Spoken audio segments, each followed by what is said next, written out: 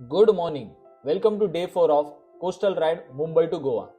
आजचा आमचा ट्रॅव्हल गोल आहे गोवा दर्शन. पटापट नाश्ता केला आणि आम्ही रेडी होऊन निघालो म्युझियम ऑफ हाऊसेस बघायला. या म्युझियममध्ये गोव्याची पूर्ण हिस्ट्री तुम्हाला कळेल. पूर्वीपासून ते आत्तापर्यंत गोव्यातील आर्किटेक्चर बदल तुम्हाला इथे कळतील. हे म्युझियम 3 जात्याच्या दगडांवर उभं आहे.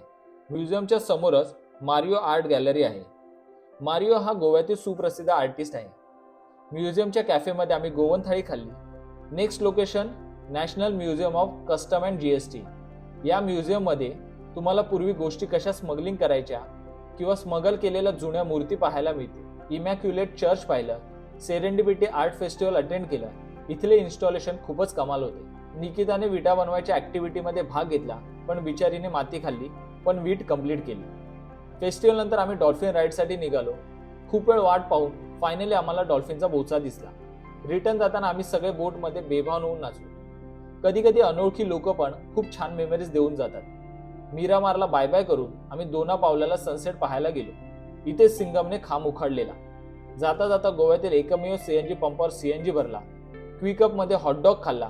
रात्रीची सोय घेऊन आम्ही डान्स करायला जवळच्या अरंबोळ बीचवर गेलो. बीचवर खूप नाचलो, नवीन मित्र बनवले. आता भेटूया नेक्स्ट व्हिडिओमध्ये. तोपर्यंत टाटा बाय बाय.